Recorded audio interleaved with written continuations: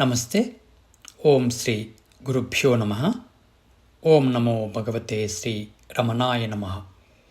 ఇప్పుడు మనము అష్టాంగ యోగ మార్గంలోని 3వ అంగమైనటువంటి ఆసనం గురించి తెలుసుకునే ప్రయత్నం చేద్దాము.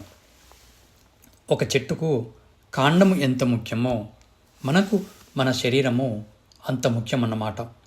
అందుకని మన శరీరాన్ని ఆరోగ్యంగా దృఢంగా ఉంచుకోవాలి అంటే కనుక ఈ ఆసనాలు మనకు ఎంతో ఉపయోగపడతాయి. ఇక ఈ భూమి మీద 84 లక్షల జీవరాశులు ఉన్నాయని ఋషులు మనకు చెప్పారు.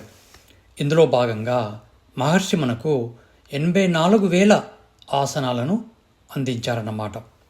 ఇక వీటిలో మనము ఒక 10 ఆసనాలను డైలీ ప్రాక్టీస్ చేయాల్సి ఉంటుంది. ముఖ్యంగా ధ్యానం చేయడానికి ఒక ఆసనాన్ని, స్థిర సుఖ ఆసనాన్ని మనము డైలీ ప్రాక్టీస్ చేయగలగాలి. ఎవరైతే స్థిర సుఖ ఆసనాన్ని ప్రాక్టీస్ చేస్తారో వారు ఎలాంటి నొప్పి లేకుండా ధ్యానంలో ఎంతసేపైనా కూర్చోగలుగుతారు. మరి అది పద్మాసనం కావచ్చు, సుఖాసనము కావచ్చు. ఎలాంటి ఆసనాలు మనం ప్రాక్టీస్ చేయాలి అవి తెలుసుకునే ప్రయత్నం చేద్దాము.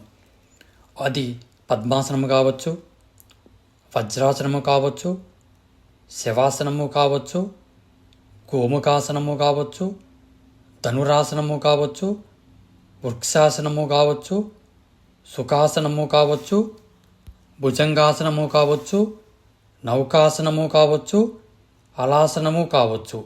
ఇలా ఎన్నో ఆసనాలలో మనకు నచ్చిన, మన శరీరానికి నచ్చిన ఆసనాలను మనము ప్రాక్టీస్ చేయాలన్నమాట.